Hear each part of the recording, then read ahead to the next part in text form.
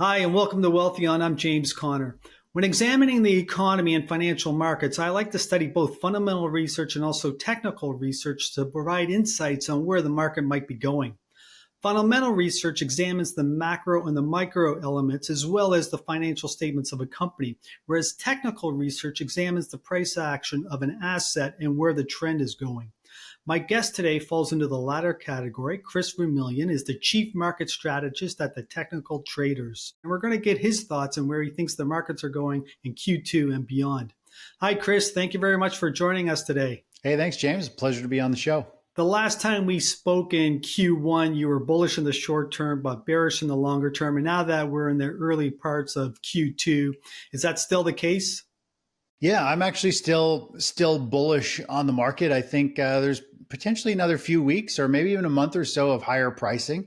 As you and I are recording this, the markets are down fairly sharply today on the on the SP 500, the Nasdaq, with Tesla and some difficult earnings numbers and Nvidia down. But overall, we're seeing panic selling in the market. This is a good thing from a short-term basis. When we see panic and a pullback to like the 20-day moving average, which is what the indexes are doing, we have been finding very strong support and a bounce once this little wave of panic among short-term investors finish kind of spooking out of the market. And so just to summarize, you're still bullish in the short term. You think the market might lift higher for another month or so. Then you think we're going to get some weakness and that's going to fall, or that's going to continue into a bigger sell-off. Yeah, exactly. I think later this year could be very difficult for the markets, down pretty sharply. So why don't we look at both the S&P and the Nasdaq on your charts? If you take a look at the charts, more or less, if we kind of step back for one view here and actually look at the stages that the markets go through, because this is where all my analysis really comes down to, is understanding where the markets are in terms of which stage it's in. And this is based on Stan Weinstein's book, How to Profit from Bull and Bear Markets. He breaks the market down to 4 stages. And where I believe we are right now, from a high level, is stage 3 topping phase. And this is very difficult phase especially for those trading sectors or individual stocks, because they're all over the place. And the overall stock market, when we look at the SP 500 and the Nasdaq, for example, they are hitting new all-time highs. They don't reflect this blow-off top that we saw in growth stocks in 2021, and they don't reflect this kind of bear flag, this pause before the markets go even lower. So the markets are pretty masked right now. And so if we do take a look over at the SP 500, for example, we can see we are hitting new all-time highs. We're pushing higher. And as we just mentioned here, this pink line is the 20-day moving average. And so the SP 500 just keeps bouncing up this 20-day moving average. And today we've got a pretty big gap down, or as you and I are recording this. And we've seen these big moves to the downside over and over again. And I have an indicator that shows us when there's panic selling, when the average investor is just dumping shares. I use the New York Stock Exchange up and down volume ratio. And we're seeing that today. We have panic selling in the market. It's not huge volume to the downside. It's just people are thinking the market is topping and they're getting out. And typically, every time we see this, and we tend to see the put-call ratio spike up and pop, which we are seeing right now as well. The markets want to go higher. More or less, people are dumping their shares, they're scared, and they're buying downside leverage, like put options, to profit from falling pricing. And they seem to always get caught off guard because we're in an uptrend. They are betting against the market. So when we look at this chart, we're at support. I would not be surprised if we see the stock market hitting new all-time highs 2 or 3, 4 days from now, potentially, very easily. And what about the Nasdaq? Yeah, if we take a look at the Nasdaq, it has been struggling a little bit more in terms of price action. It's really been trading sideways quite a bit longer. And if we kind of look at it from a couple different views, I have some different indicators and analysis that if we look at the bottom of this table down here, the QQQ, it says risk off. And this is taking a lot of things into account, a lot of technicals. It's taking price action, it's taking momentum, it's taking cycles, sentiment, volume flows for orders. It's taking a lot of different stuff, and it's telling us people are actually getting out of this sector. And this is a little bit of a warning sign. And when we compare it to the SP 500, for example, we had a new trend start back in November for the SP 500, and the SP 500 is up roughly 17%. So the SP 500 has been doing very well. If we compare that to the NASDAQ from when the uptrend started, the NASDAQ isn't performing quite as well. It's down very sharply today. It's picked up speed, but overall, the SP 500 over the past week has been outperforming the NASDAQ by several percent. And typically, the NASDAQ should be blasting past and outperforming. So, and it was earlier throughout this trend. So the NASDAQ and the tech stocks are starting to lag. They're starting to pull back. And that is a sign that it's running out of steam. And a really good way to look at this, James, is I've got this hot list of stocks, and more or less the top performing, the strongest sectors are at the top, and the worst end up going down near the bottom. But what's really interesting over the past week and change is if we look at all these top ones, pretty much from BITO, which is Bitcoin, we've got Bitcoin, which is an alternate currency. People are scared of the stock market, so they're moving to a different currency, different asset class. We got resources, and then we've got energy, more energy, gold miners, copper miners, marijuana, silver miners.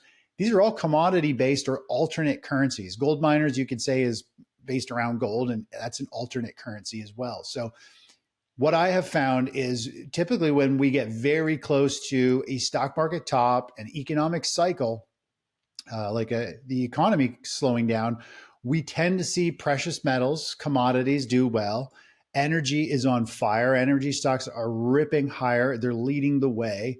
And we also see industrial capital goods, like the industrial sector, equipment, people upgrading their factories and things because they don't realize there's a cycle at play here. They think they're going to keep growing. This COVID bubble is going to continue, but that's not really the case. And all those things are taking off. And if we look at XLI, for example, which is industrial, it has been, ripping to the upside, hitting new all-time highs. And that is because companies, CEOs, they don't understand the cycles of really the economy, of the stock market, and they're expanding their factories, they're buying new equipment, all of these capital goods, and they don't realize the music's probably going to come to an end. We're going to hit a recession.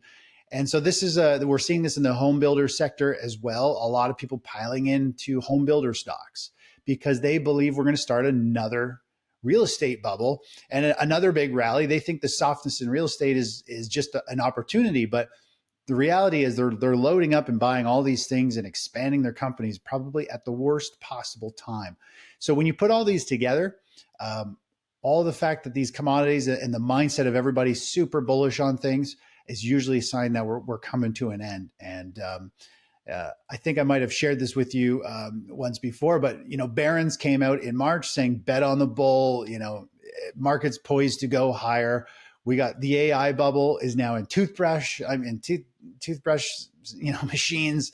I just feel like we are in this frothy level, and the signs that precious metals are coming to life, energy is coming to life, is telling us we are very close to a major stock market peak. And then the economy will follow after. It'll get into that official recession at some point. So you made mention of how strong commodities are, and I want to go there, but I still want to stay on technology just to provide the viewers with what's happening here. And I guess the one name that's leading on the downside is Apple.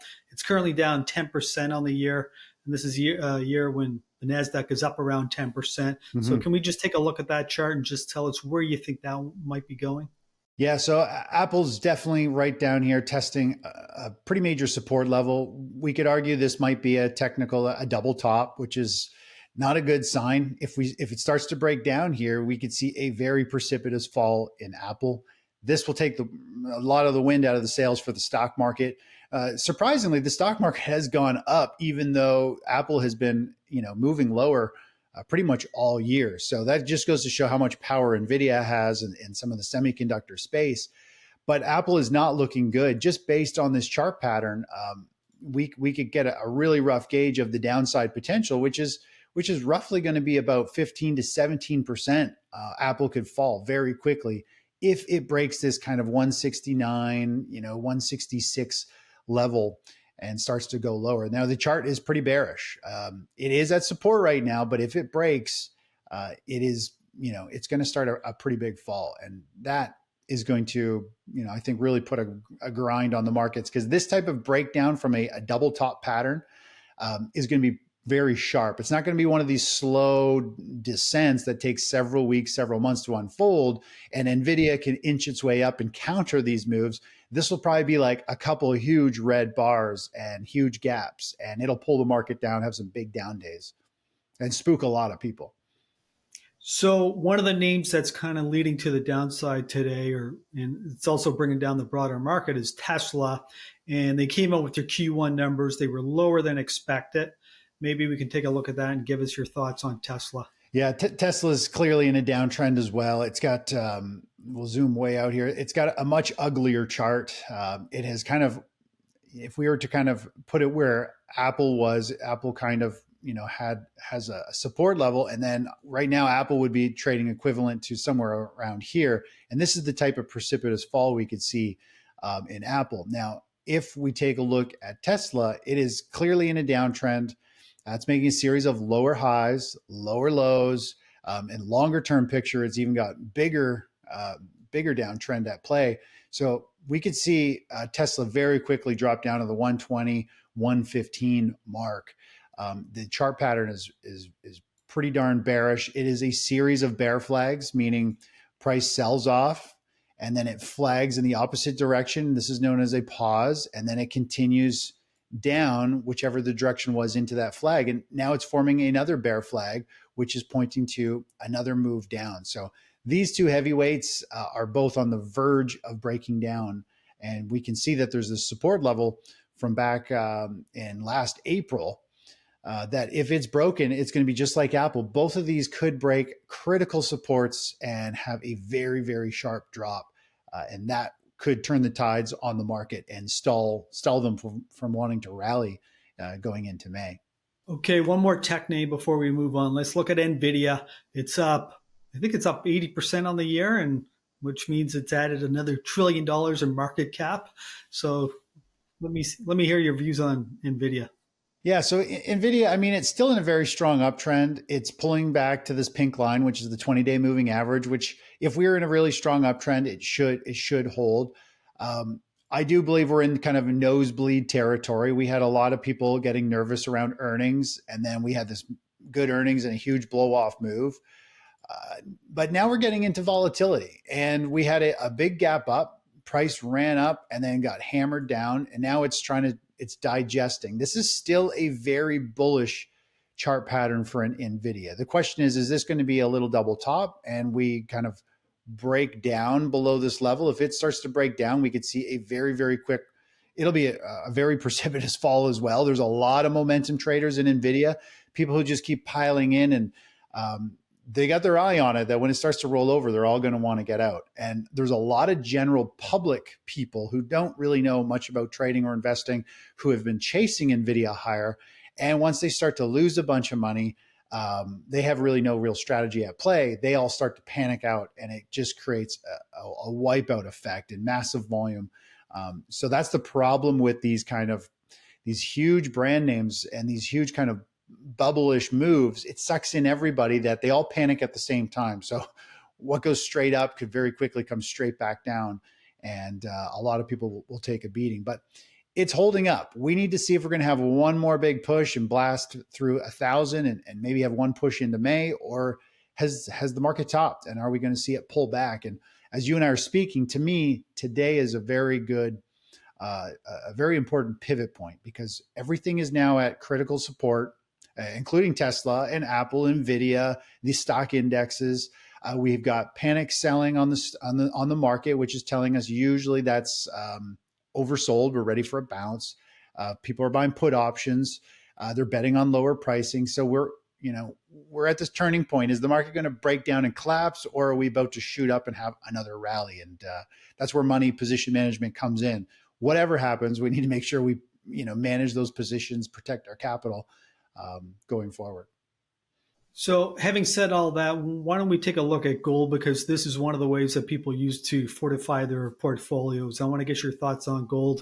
It's finally up on the year, first up year in quite some time, even though we're only 3 or 4 months into the year. But What's your view on gold here? Yeah, I really like gold. I mean, I love to use Fibonacci extensions, which give us a really good gauge of the momentum, the upside targets, the downside targets. And just based on this last rally and this bull flag pattern, um, we can get a really good gauge of where it should find some of these support levels here now, or the next resistance areas. And more or less, gold came up just the other day. It hit this measured move, of 61% extension. Now, the way Fibonacci extension works is it measures the momentum of the first leg, and then it figures out where that pause and pullback is. And when price does reverse, whatever the power of this first leg up should be the power of the second leg. And what I have found is whenever price comes up to the 618 level and pauses for a day or pulls back, which it did just a session ago, we pretty much always go up and hit the 100% measured move, which is about 2355, 2360. So I think the next upside target is this 2355 area for gold. And then it's going to have basically this little pattern measured out. And I believe we're going to probably see that over the next few sessions because people are moving into gold. People are nervous, and it is a defensive play during certain market conditions. And we are in that prime time where precious metals should come to life, which they have, and they could carry the torch. The stock market could, for example, James, it could start to pull back, it could sell off, but gold, silver miners could continue to rally and become the leader. We saw this back in 2008 before the market topped. So this is nothing out of the norm. And what's interesting is if we step back and look at the bigger picture, the monthly chart of gold, and we use Fibonacci extension based on this most recent, the low from 2015 to this recent high, this bull flag low over here, we are pretty much right at the 618. So this huge multi-year pattern also has 618 at the same spot of our short-term pattern. And then it shows where that next upside target is, which is 2670, which is a pretty exciting level for us to reach.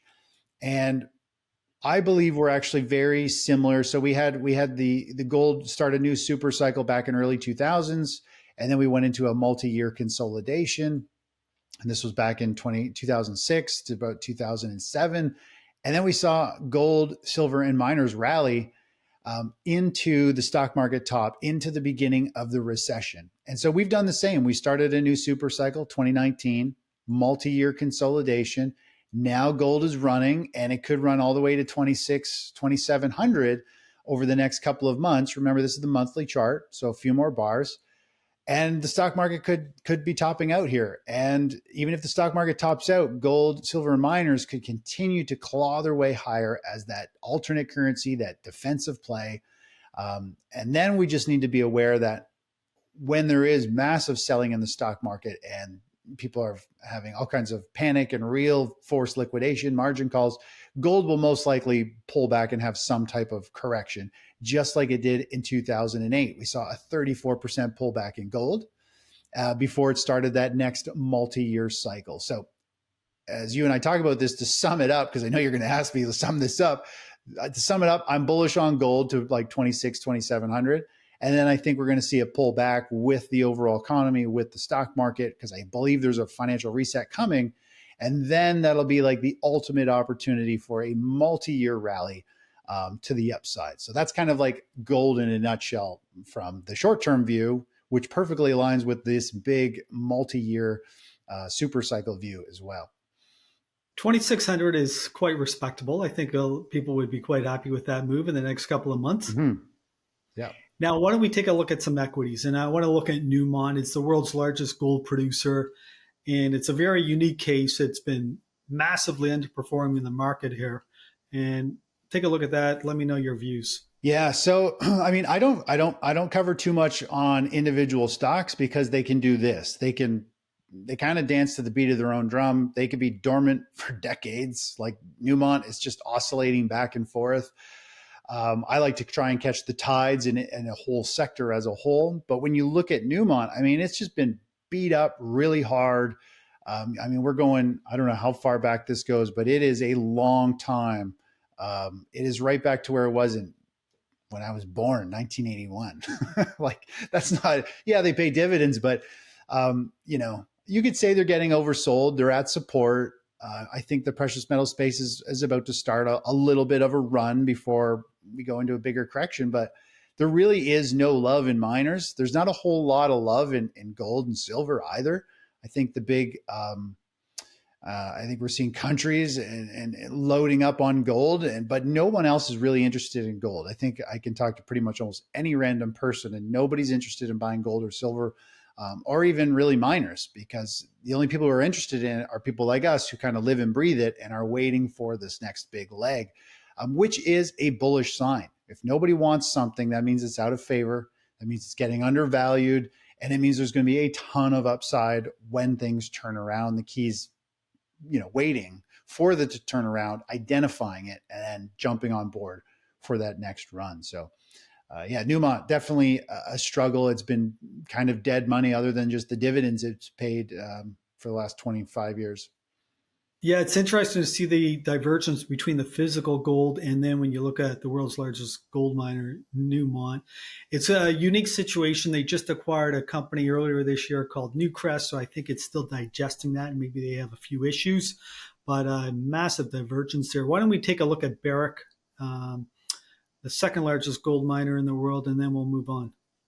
Yeah, so Barrick has got I like this chart much better. I mean, it really, hasn't performed very well. You can go back 20, 30 years. But overall, I like the chart pattern of Barrick a lot more, simply because I feel like it's trying to build a base here. It kind of had a level through here that it created a bottom. It kind of broke through that. It ended up coming kind of right up into resistance, this kind of breakdown level. And now it's fading back down. I like this fade. Silver has got a very similar chart to this. They're very, very similar. This fade is there's no interest. It's just fading out, and that is perfectly fine. It's actually a very strong pattern. Last time we saw a fade like this, we saw a huge rally in Barrick Gold.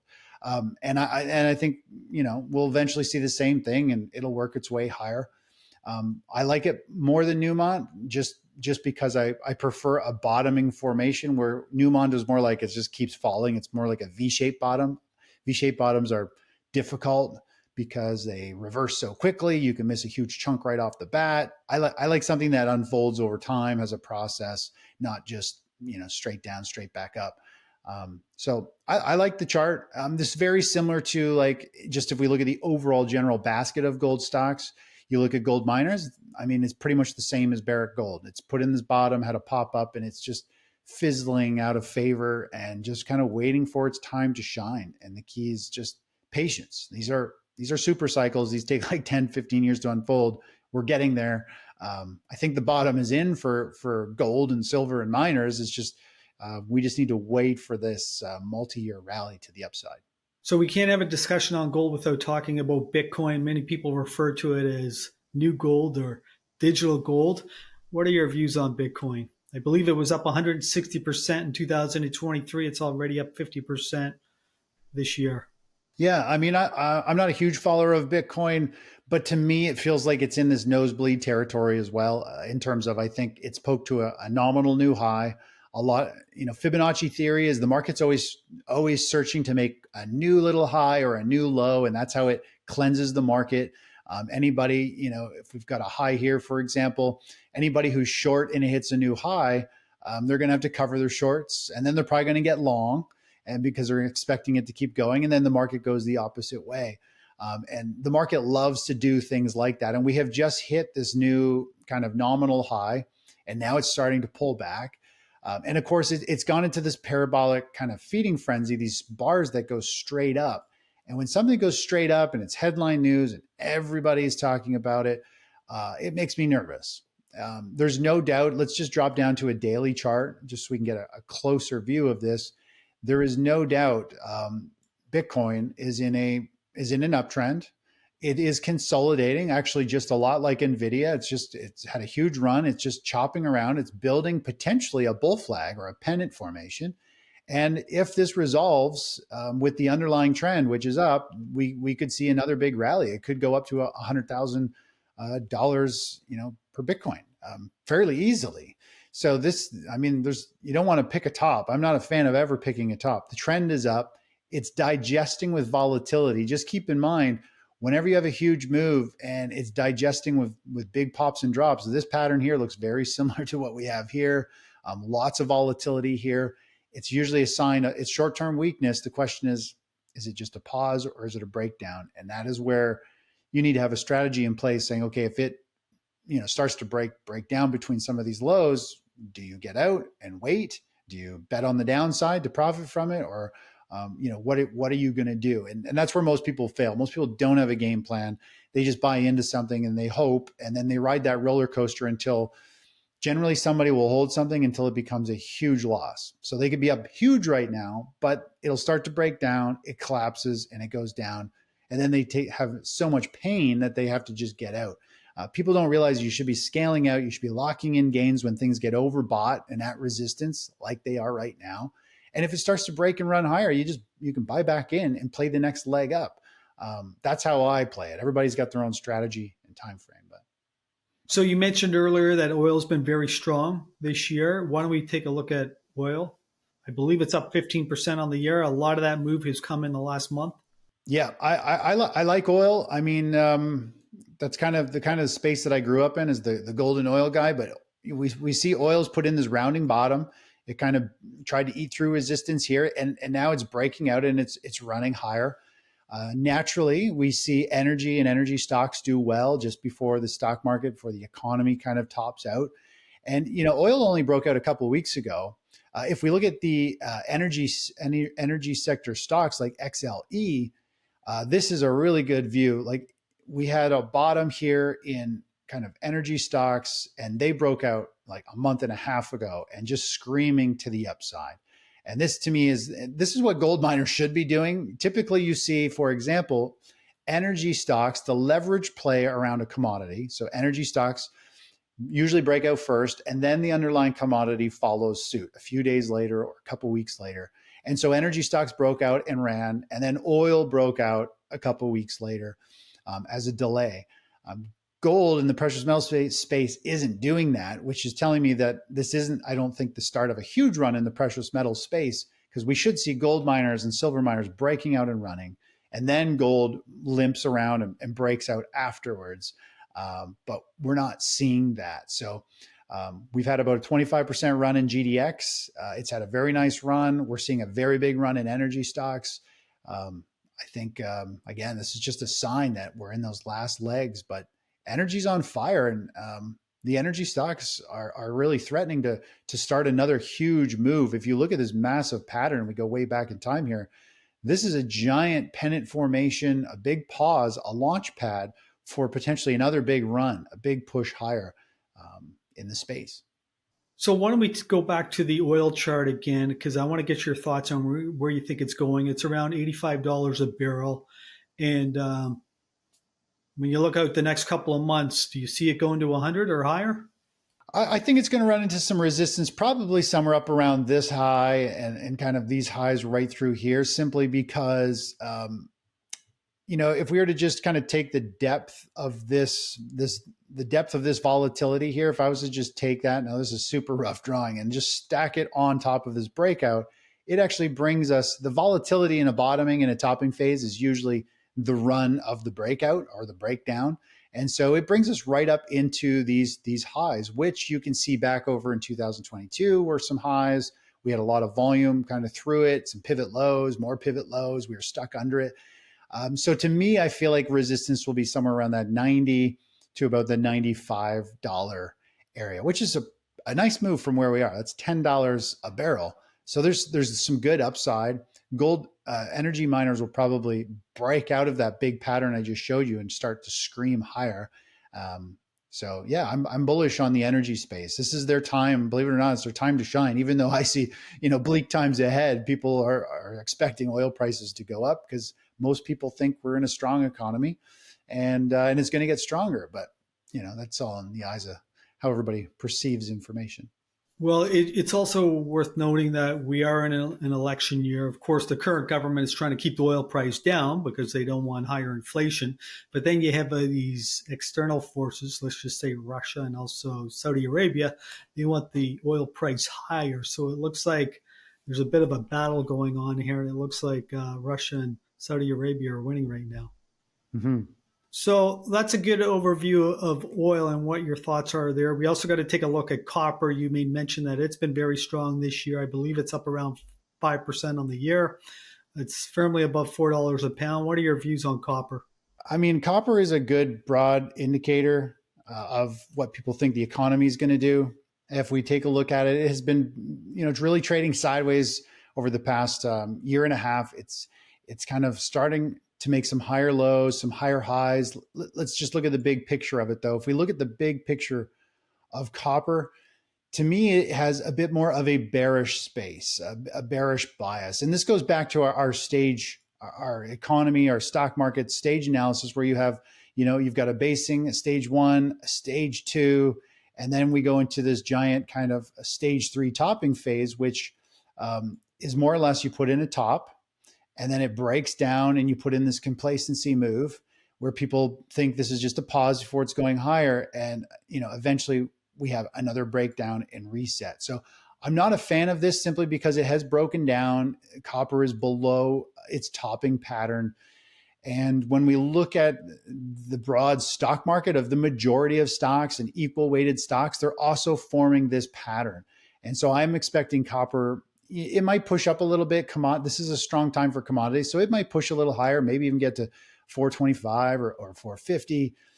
But I believe it's going to resolve to the downside. And I think there's a good way to show this, James, is actually this kind of blended, these two blended indexes. So this is the RSP, which is the equal weighted SP 500. So every stock's got the same weighting. The tech doesn't have a heavy weighting in it. And it's the Russell 2000, which is kind of the 2000 kind of majority, a good gauge of stocks. And so if we look at what the majority of the stock market is doing, we put in a major top here, and now we're kind of just, this market is in this kind of complacency move. It's working its way back up. The majority of stocks are not doing very well at all. And I think we're going to eventually see this break down. And this is a really good gauge of what the economy or the stock market in general is doing, just because it's a larger basket of stocks. It's more or less 2,500 stocks, and they're all, and more or less the big top 500 are equal weighted. So this is very similar to copper. To me, we're just in a rally, and it's just a matter of time before it fizzles out and we see the stock market head a lot lower. Chris, I want to get your opinion on Freeport, which is one of the largest copper producers in the world, because it's been leading copper on the upside. I believe it's up around 15% on the year versus copper, which is only up 5%. What's your thoughts on Freeport? Yeah, I mean, the chart's been holding up very well. I'm just going to look at the monthly charts just so we can go back in time a bit here.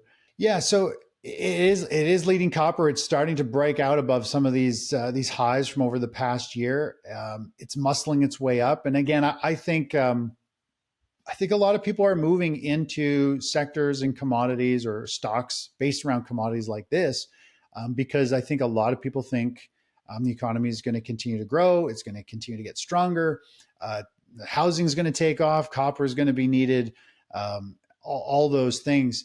So the fact that it's breaking out and moving is a strong sign for copper. I think there's upside potential, but overall, I mean, this is a very big volatile chart pattern that has been really struggling for the past 4 years.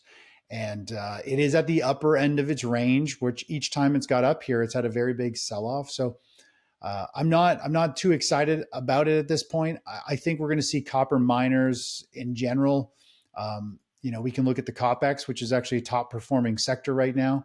If we look at the copper miners, which has got this stock included in it, and we kind of zoom out a bit, we can see that it is breaking above these highs, and it has a bunch of volume starting to move into it, and people are bullish. So short term, I'm bullish on the copper miners. They're top performing, third best performing sector right now on our list. They're pushing higher.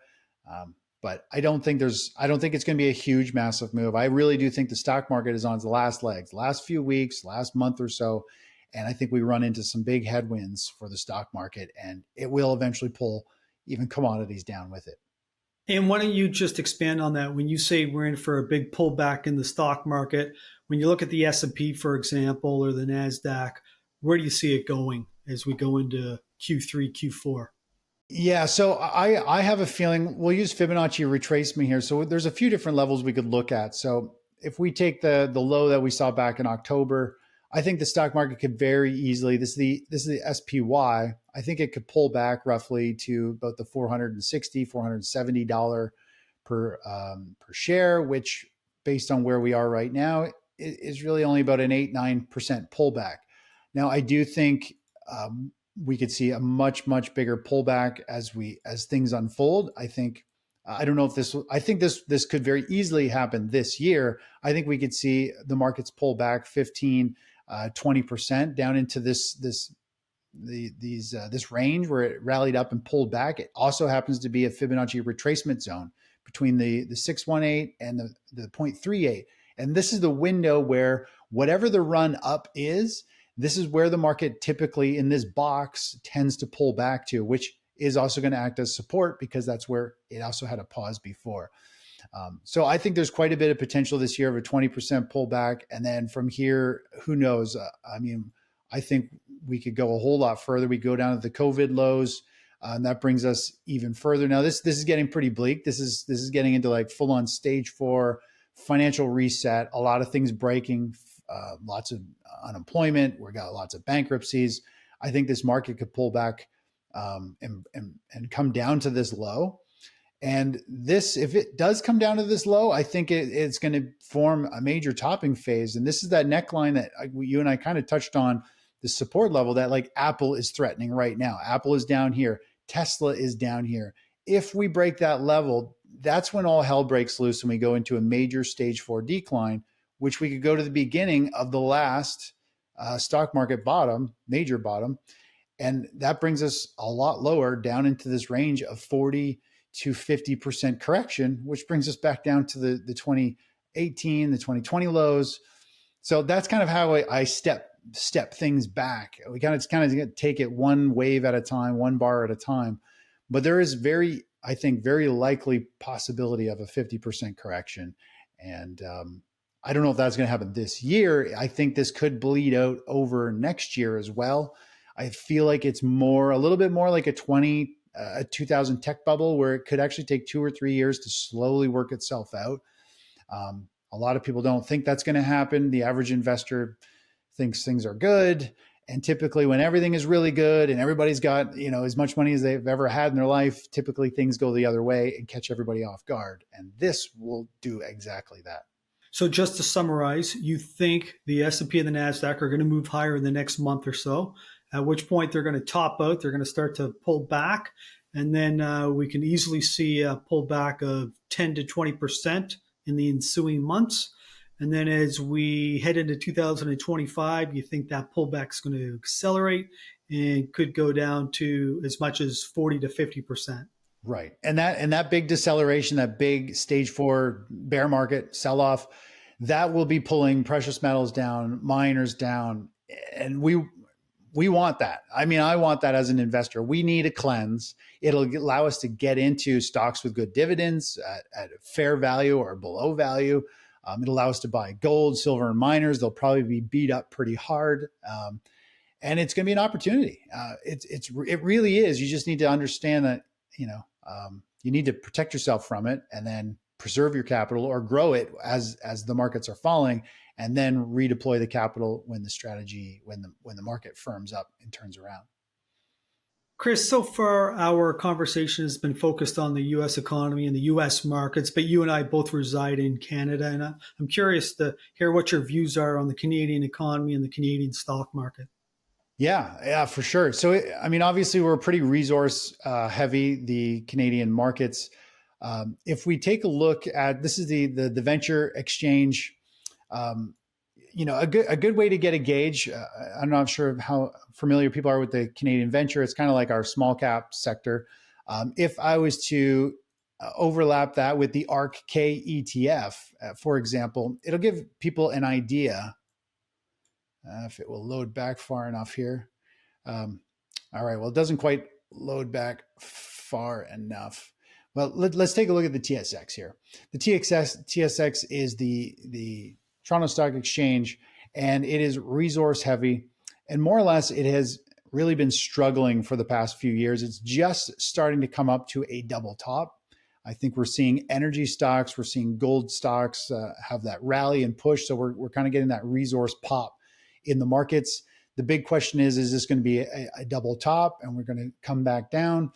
But overall, the Toronto Stock Exchange has definitely struggled. It hasn't had really massive gains over the past couple of years, like the SP 500. It's not breaking Probably over the last 10 or 20 years. Yeah, I mean it's definitely it's been a very slow grind, and I think a lot of that has to do with resources. Obviously, 2011, 2012, we saw gold and silver and a lot of things struggle, and really it's just been a grind. Every time it gets some good gains, it gets wiped out so quickly with some sell off. But overall, I mean this space, I think we could see the Toronto Stock Exchange do fairly well after we have this financial reset, because I think we're going to see that super cycle and commodities really take off. Gold's going to do well. I think energy is going to do very well. And this is very heavily weighted to those. So, we're not, the TSX isn't crazy tech heavy. We need the next bottom in the stock market for resources to take off. And then the resource stocks will take off and drive the TSX up. But right now it is kind of right up at a double top. And it's putting in a topping kind of potential phase right here that if it does break down below these lows here around this 18,000 mark, we're going to be having a pretty quick haircut down to 15,000, maybe 14,000 very quickly. So I'm not the most, again, I'm short-term bullish on pretty much the stock markets in general. I think they're very close. They could be topping out any day here or over the next month or so. And then I think it's going to be a downward battle, protection of capital for potentially a few years. Yes, it's interesting that you say that you're negative on the Canadian markets, because I just had a conversation with David Rosenberg. He's also negative on the Canadian economy and the markets.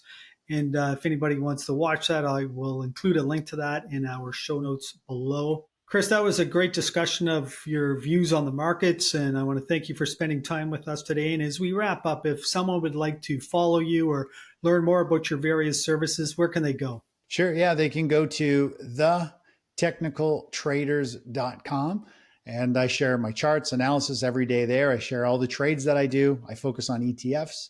And if they're interested in learning my style of investing, which I call asset revesting, they can go to Amazon or Chapters and pick up my book. It's called Asset Revesting.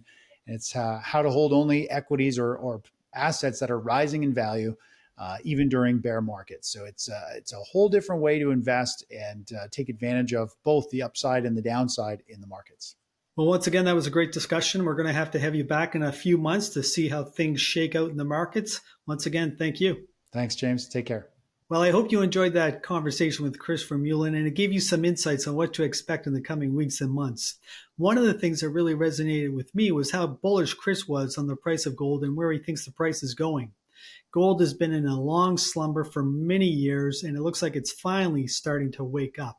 And if you would like to learn more about gold and how to buy gold, check out our website, wealthion.com/how to buy, and you can see a free report where it will tell you everything you need to know about buying gold. If you have any suggestions on who you would like to see on the Wealthion channel, please let us know in the comments section below. Once again, thank you very much for spending time with us today, and I look forward to seeing you again soon.